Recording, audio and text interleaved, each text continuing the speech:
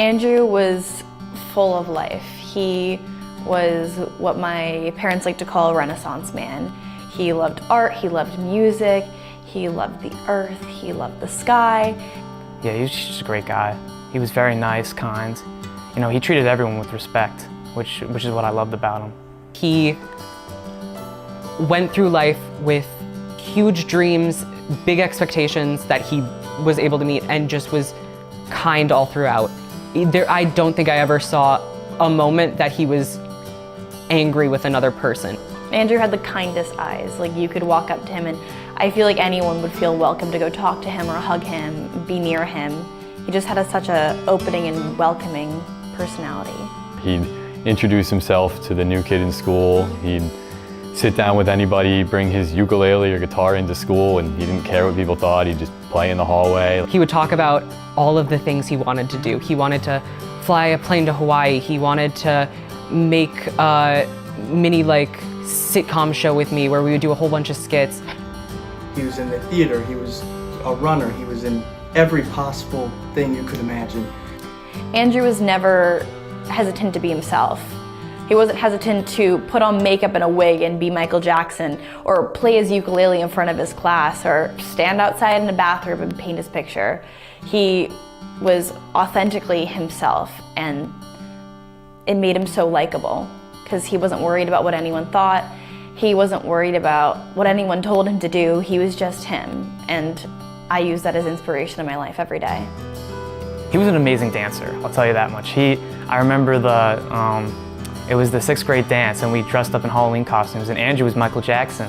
And him and an 8th grader would had a dance battle on the gym floor.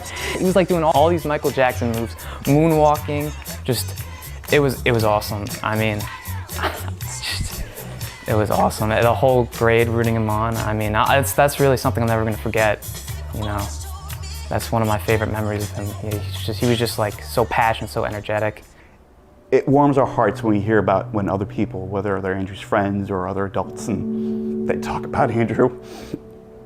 It puts a smile on my face when I hear a funny story that they had with him, or just a heartwarming moment or a reflection they had on him. You know, if he did something nice to someone else, or just a funny joke he said, or a good time that they had, because it keeps him alive. On September 30th, 2018, my world came crashing down. My 12-year-old son went on a hike with his father. A drunk driver plowed through that entire line of scouts, injuring many and killing Andrew. The funeral for 12-year-old Andrew McMorris was held at Trinity Lutheran Church in Islip. Scouts in uniform were among those paying their respects. McMorris was hit by a car last Sunday while walking on the shoulder of the road with his Boy Scout troop. I just couldn't believe it, you know. Honestly, it was terrible. Everyone was affected by it, you know, our whole grade. Everyone loved Andrew. He was such a great kid. So our whole grade was just in shock. And I was like, this can't be true. He's I literally saw him in school a few days ago. I was going in early for choir, and my mom just kind of put her hand on my shoulder and told me. I went into choir, I sat down on the rug that we had in the music room, and everyone just cried. Gosh, it's 5 years, feels like yesterday, and so long ago, all the same instant. And when I think about the 5 years and what this has been like for our family, I talk about it like a shipwreck. You know, and the first time when it happened, it was a beautiful, magnificent ship that was just torn apart and were just pieces, and we were just gripping to pieces, and we were even holding onto those pieces individually and trying to put them back together as a family. And what we found was our community help us hold that together. Our friends, our family help us build a boat back up. Now, our boat will never be as magnificent as Andrew was, but it does allow us to float again. You don't get over the loss. You don't get better from it, but your life just happens to kind of grow around it. We started this as a thought around a table, and we said, what can we do? We need to do something. and we said, let's create a foundation. We created a name around the kitchen table on little napkins. We created a logo, and the family ponied up some money, all of us together, and we handed out 2 scholarships that year, 6 months after Andrew passed away. And that went from 2 scholarships. We have now handed out over 38 this year. This year I was lucky enough to be selected. I earned a Andrew McMorris scholarship, and it felt really good because I knew that I was living a life that Andrew would have approved of. I was making good decisions, I was going to college, and I was striving to be the best version of myself. The foundation fuels people's passions. It fuels the things that Andrew loves to do, like art and music and aviation and Boy Scouts. And we offer Scouts grants, we offer arts grants, and we offer scholarships to high school seniors. It allows students the opportunity to show us what they have done for their community and give us an opportunity to support people with a true passion inside themselves. Recently, Elise and I have looked back to see, how much money we've raised for the foundation and how much money we've given out in scholarships and grants, and it just makes me want to do more. It makes me want to give out more. It makes me want to do more fundraisers, to be able to recognize as many students as possible, to help them grow and follow their passions, and also really to help with our mission work, because we are making some progress here. Laws are beginning to come into fruition. Laws are being passed. Laws are being introduced in regards to drinking and driving. So we're making progress. We're seeing growth, and we just want to continue in that upward direction. Well, the first big issue that we had to deal with was definitely the court case. I think most of the focus went towards that at first, that we had to get through the court case, and that was definitely tough. But after that, immediately, the McMorrises started working on how we can prevent this from happening in the future.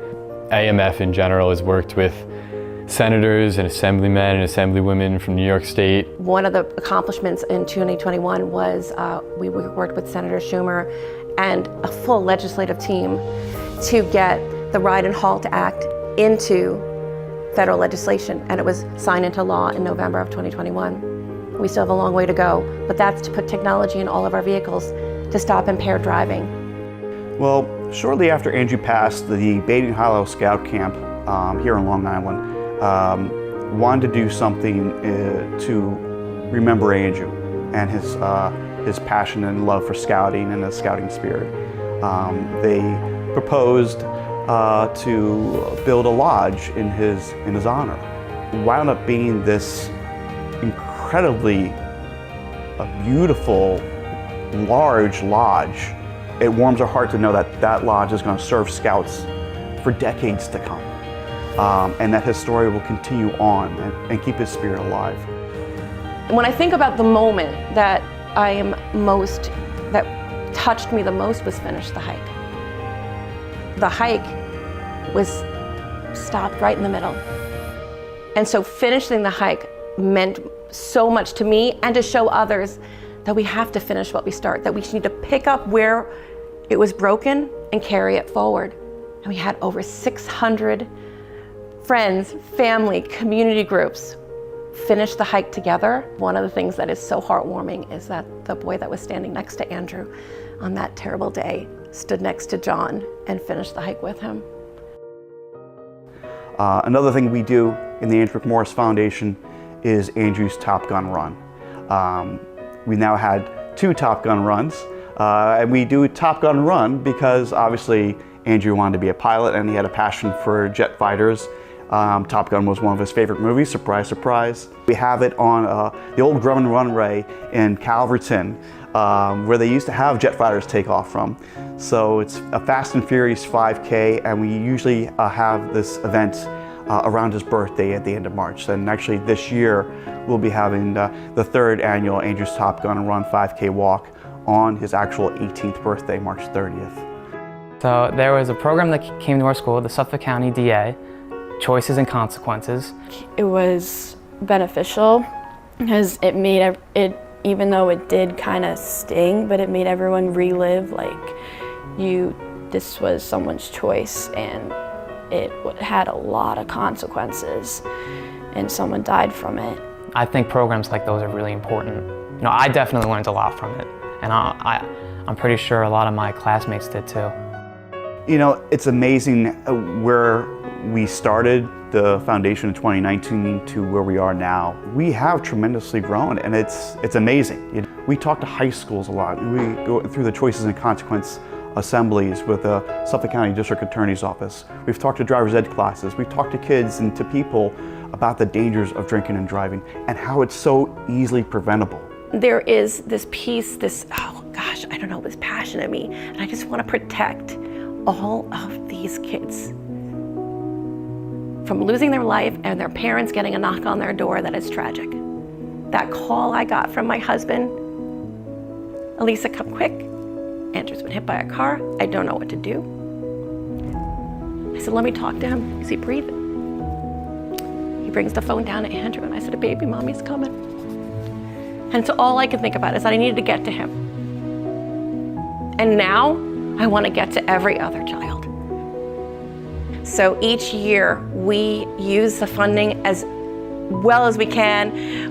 And I can't even tell you how many people we get that are donating their time to us to help us further that message, to become creative about how to get into the palms of adults and kids, getting the Instagram posts, PSAs, TikToks. We are there because every little reminder helps. You know, I think what drives me, Elisa, and the Andrew McMorris Foundation team to keep going with this is that we weren't done parenting Andrew. Since we can't parent Andrew anymore, we can parent the foundation and parent his legacy so that we can keep his spirit alive. We can take our nightmare and turn it into something positive. We can take our pain and turn it into purpose and our grief into action by making sure that what happened to Andrew and Boy Scout Troop 161 and our families and our community and all of Andrew's friends doesn't happen to anyone else. We want to take this national. We want our scholarship program to be in as many high schools in every state in the United States. We get to award these beautiful shining stars, unsung heroes. But we also get them to hear the message and take that to college with them. And we ask our scholarship recipients to be stewards of Andrew's spirit. To remember him is to talk about him, to talk about how senseless this really was, how one decision could really impact so many people's lives. I hope that people just become more aware that the situation is more common than people expect, that drunk driving accidents happen all over, and I think people just overlook them because they think that it's just a small statistic, but a small statistic can affect an entire community. I remember thinking back to his funeral, and we had to shut down the Long Island Expressway because so many people came out. And I thought, oh, that's it. Andrew's life will mean something because it'll have ended this. And I was horrified to know that it didn't, but I'm undeterred. And that's what drives us. We don't want another family to have to deal with the tragedy that we dealt with. We don't want anybody to have to undergo what it feels like to have an empty room, to have an empty porch where I would have taken Andrew's photo before school, an empty graduation cap. I don't want that for anyone else. They talk about the 6th stage of grief, and it's meaning, finding meaning. And this is how we found our meaning. When the trial was over and the appeal was over, there was a sense of relief, but not a joy. Because when it was all over, we didn't get Andrew back. But what we did find is a group of people that is there with us. Andrew's friends who stop by on Mother's Day and Father's Day, who come here to decorate for us at Christmas. I get little messages each year of somebody who's making a donation and saying, I saw what you've done and I'm proud. And if we can make our donors proud, then we're doing something right. We want people to remember Andrew's story. We want the tragedy, the harshness of his loss to resonate long enough and where people will want to make change, and that they can identify with this situation, say, well, I'll never want that to happen to my child.